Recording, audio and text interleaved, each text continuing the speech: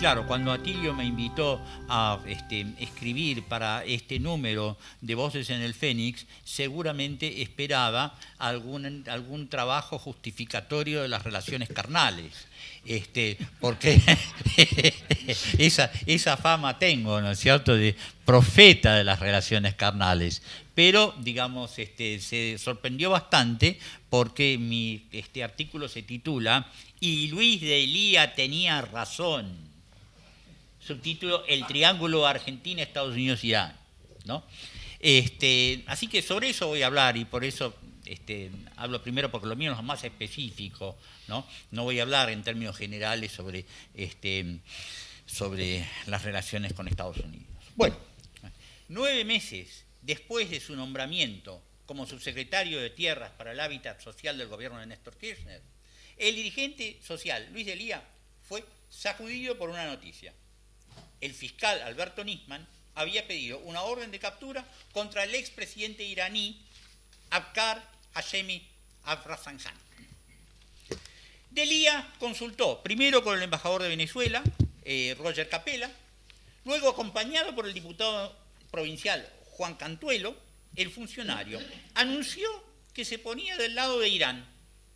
Se reunió con el encargado de negocios de ese país, Mohsen Barbanj, y le entregó una carta que decía, y la cito entre comillas: el dictamen judicial que acusa a la República de Irán por el tema AMIA está profundamente contaminado por circunstancias mundiales ajenas a la búsqueda de la verdad.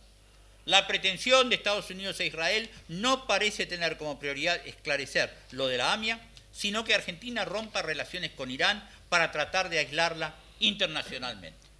Ahí cierro las comillas. Yo documenté estos hechos en un artículo que publiqué en 2009 en EIAL, que es una revista académica de la Universidad de Tel Aviv. Antes y después, mucha agua corrió bajo el puente.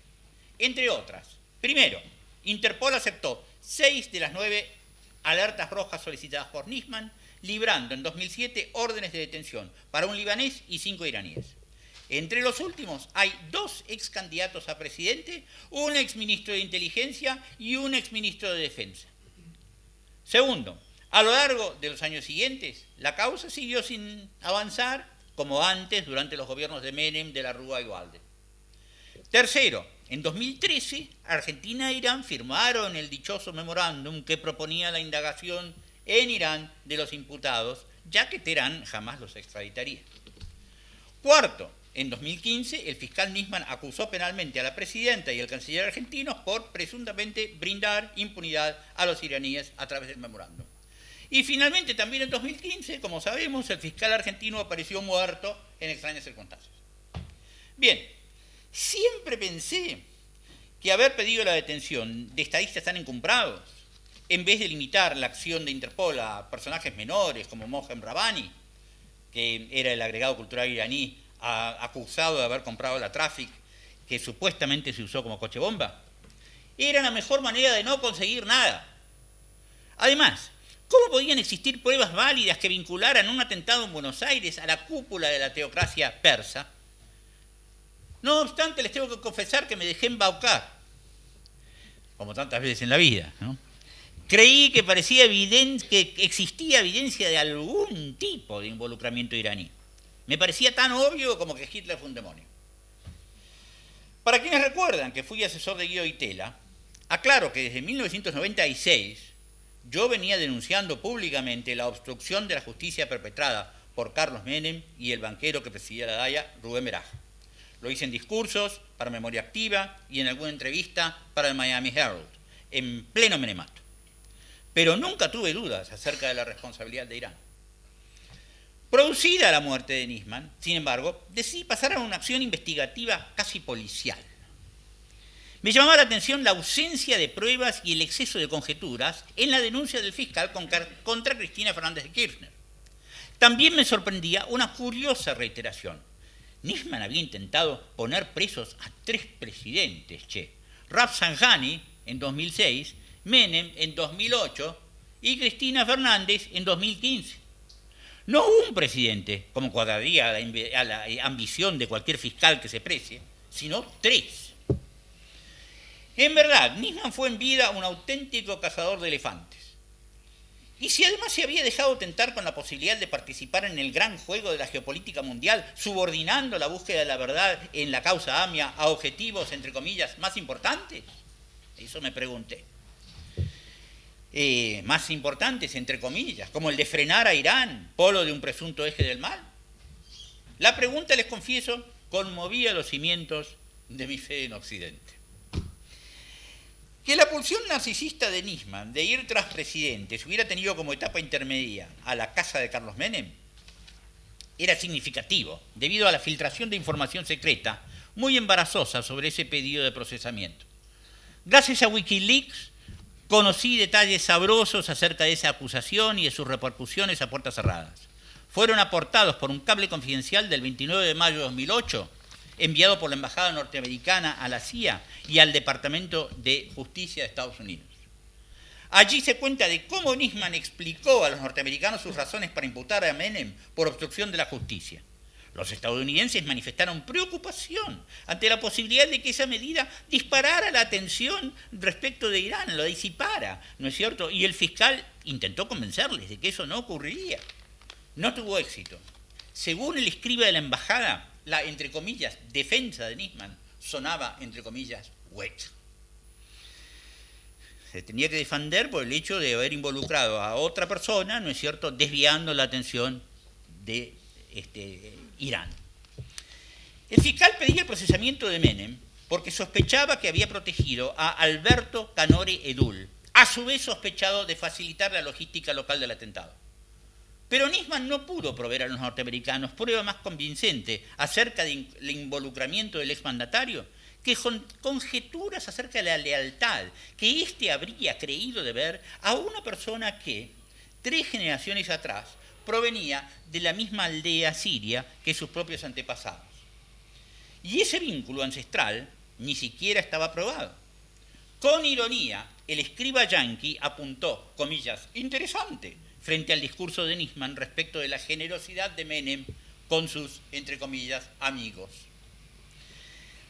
El fiscal también conjeturó que la amplitud del encubrimiento de la conexión local solo podría provenir del nivel más alto del poder político. Basándose en estas especulaciones, Nisman pidió el procesamiento de Menem, causándoles malestar a sus mentores norteamericanos, a quienes solo les interesaba ir tras Irán. Cuando Wikileaks difundió este y otros cables, en la Argentina hubo repercusiones, pero fueron rápidamente olvidadas. Entre ellas hay una irónica nota publicada el 27 de febrero de 2011 por Página 12, titulada «Una ayudita a los amigos para acusar a Irán». Acaecidos los truculentos sucesos de enero de 2015, me pregunté si las pruebas de Nisman para acusar a la cúpula del gobierno iraní de haber planificado el atentado terrorista eran tan endebles como las que justificaron su pedido de procesamiento de Menem. ¿En qué fuente se basó el fiscal? Di con parte de la respuesta en el Wall Street Journal. Yo siempre me acudo a fuentes occidentales, ¿no es cierto? En el Wall Street Journal del 16 de octubre de 2007, en una nota titulada El Al-Qaeda de Irán, que estaba basada en nuestro caso. Allí se dice que en 1998, escuchen bien, porque es complicado, un desertor iraní, Ahmad Rezai, comillas, confirmó que la decisión de atacar había sido tomada por el señor Rafsanjani y sus principales ministros, supuestamente en una reunión del 14 de agosto de 1993, y que los perpetradores fueron entrenados en el Líbano por oficiales de la Guardia Revolucionaria iraní. Pero el diario financiero norteamericano traía otro dato crucial. Ahmad Rezai era hijo del mayor general Mohsen Rezai, comandante de la Guardia Revolucionaria cuando se produjo el atentado. Y Rezai padre, que en las elecciones de 2009 fue candidato a presidente de Irán, es uno de los imputados por Nisman con la alerta roja de Interpol. Investigué entonces el historial del hijo del Ator. El joven Rezai escapó de Irán en 1998 cuando tenía 22 años. Junto a un amigo, aterrizó en Estados Unidos con visa de refugiado político. Y en junio de ese año comenzó con una seguidilla de entrevistas. Fue entonces que, entre otras supuestas abominaciones del régimen, acusó a su padre, a Rafsanjani y a sus ministros de haber ideado el ataque contra la AMIA. Algunos meses más tarde, Ahmad viajó a Costa Rica para reunirse con un amigo de su padre, que intentaba persuadirlo de que regresara a Irán. Quedó atrapado sin recursos, es decir, porque no había llevado plata consigo, y no podía volver a Estados Unidos porque había violado los términos de su visa de refugiado, pero gracias a los oficios de una fundación, que tiene mucha banca en Washington, ¿no es cierto?, le renovaron el permiso de ingresar y entonces el tipo regresa a Estados Unidos. No obstante, en 2005 Ahmad se arrepiente y regresa a Irán. En el interín había casado con una norteamericana de quien tenía una hija. A pesar de que el general Rezai, su padre, había declarado que de regresar a Ahmad le correspondería el tratamiento de traidor, no fue detenido. Durante su estancia en Teherán, el joven Rezai declaró que todo lo que había dicho en Estados Unidos era falso. Sin embargo, al poco tiempo Ahmad estaba de vuelta en Estados Unidos. Allí le perdí la pista, hasta que decidió regresar a Irán en 2011. Los informes son contradictorios. Algunos dicen que nunca llegó y otros que fue expulsado de Irán. Pero lo cierto es que el 12 de noviembre de 2011, Ahmad Rezai apareció muerto en el Hotel Gloria de Dubái. A esas alturas tenía 35 años. Primero se dijo que había sido un suicidio y después un asesinato. Los iraníes dijeron que el Mossad era culpable y los occidentales acusaron a los iraníes. Así, fíjense ustedes, el informante desertor que en 1998 proveyó la información en que se basó la acusación de Nisman contra la cúpula iraní y que en 2005 se desdijo, murió en circunstancias parecidas a las del propio Nisman. Muertes especulares. Los servicios de inteligencia de uno y otro bando se culpan recíprocamente. Suponiendo que se haya tratado de homicidios, yo pienso que es probable que quien haya matado al primero haya asesinado también al segundo. Pero no puedo apostar a quién fue. En este contexto, resulta interesante observar que una página web de la inteligencia israelí, Debka, caracterizada por sus persistentes campañas de desinformación, se haya ocupado de las dos muertes. Seguramente ustedes oyeron hablar de la muerte de Nisman, pero nunca de la muerte de Ahmad, ¿no? Bueno, esta página israelí se ocupó de las dos. El 14 de noviembre de 2011, Debka aportó diversas versiones sobre la muerte de Ahmad, siendo la principal que lo mataron los iraníes. Significativamente, 3 años más tarde, Debka hizo circular la curiosa versión de que Nisman fue asesinado por un falso desertor iraní que traicioneramente se habría ganado la confianza del fiscal.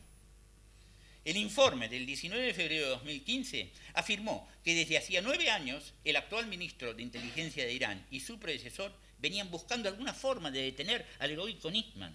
Según la investigación de Debka, la tarea de liquidarlo se asignó a un personaje que se presentó como Abbas Hakikahu, quien durante 4 años habría suministrado información al fiscal, hasta convertirse en parte de su círculo íntimo. Según Debka, para dar el golpe final, el agente iraní esperó hasta las vísperas de la presentación de la denuncia de Nisman contra Cristina Fernández. Como vemos, esta fuente de desinformación de la inteligencia israelí se refirió a las dos muertes. En el caso de la segunda, ya en 2015, acusó sin tapujos a Irán de haber asesinado a Nisman. En estos tiempos en que Estados Unidos negocia con Irán, inquietando a Benjamín Netanyahu y su gobierno, todo vale si sirve a los intereses geopolíticos de Israel. Afortunadamente, sin embargo, la versión de Debka no fue reproducida por la versión impresa de la mayoría de los diarios argentinos. Pero mi investigación no terminó allí. En el artículo del Wall Street Journal de 2007 que mencioné antes, se dice que Ahmad Rezai, comillas, confirmó que la decisión de atacar había sido tomada por Rafsanjani y sus ministros en una reunión de 1993.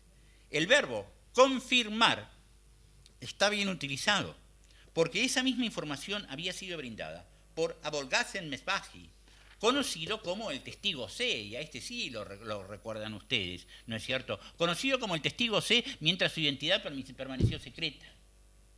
Mesbahi es un desertor iraní con residencia en Alemania. En 1998 fue interrogado por agentes de ese país que representaban al juez argentino Juan José Galeano. 2 años más tarde volvió a declarar, esta vez directamente ante el hoy destituido Galeano. Comprobé que la información brindada por Mesbahi era la misma que la atribuida al joven Rezai, gracias a un artículo del conocido historiador norteamericano Garrett Porter, publicado en febrero de 2008 por la emblemática revista The Nation, es decir, La Nación. El diario financiero norteamericano, Wall Street Journal, no mencionó al testigo C en su nota de 2007 porque para entonces ya se sabía que el testigo C era un doble agente norteamericano.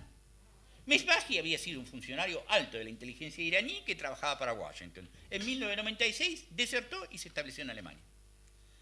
En una primera etapa fue utilizado como testigo con identidad secreta, pero cuando se tuvo noticias en ámbitos más amplios de que antes de desertar había sido un agente doble, perdió credibilidad. Se necesitaba alguien que corroborara las declaraciones del desprestigiado testigo C, y ese alguien fue el joven rebelde Rezai. Las diferencias entre Ahmad y Mesbahi son evidentes. Ahmad era un chico desequilibrado proveniente de un ámbito de privilegio.